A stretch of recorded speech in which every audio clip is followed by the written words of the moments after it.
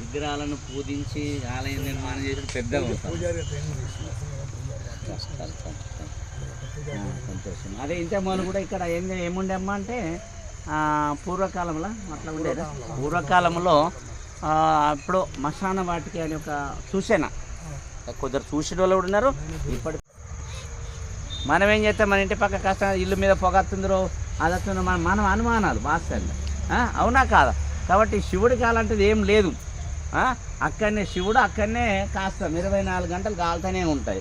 ఈ కాశీలు అయితే గోదావరి మీరందరూ పోయిన వాళ్ళు ఉండినచ్చు కొంతమంది. కాశీలు 24 గంటలు 365 రోజులు కాష్టం కాలుతూనే ఉంటుంది.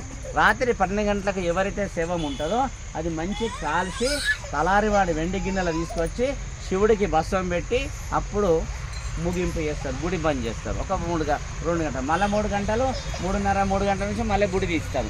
ఇప్పటిదాకా ఆ యొక్క సంస్కారం జరుగుతూ ఉన్నారు.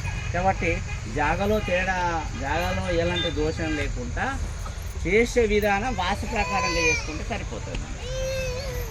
అందరి ధర్మం కాబట్టి ఆ ధర్మాన్ని మనం పట్టుకుందలిగే ఈ జీవితం ఇక్కడికి రావడం జరిగింది. కాబట్టి సత్యశ్యామలమైన యొక్క శరీరం అనేది అమూల్యమైన యొక్క జీవితం. కాబట్టి మంచి యొక్క ఆనందంలో ప్రయాణం చేయాలంటే ఇలాంటి ధర్మాన్ని ఆచరించుకుంటూ మంచి ఆలోచనతో పోదామని భగవంతుని మనం కోరుకున్నాం.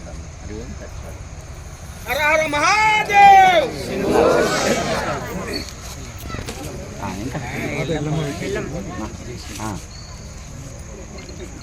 అవును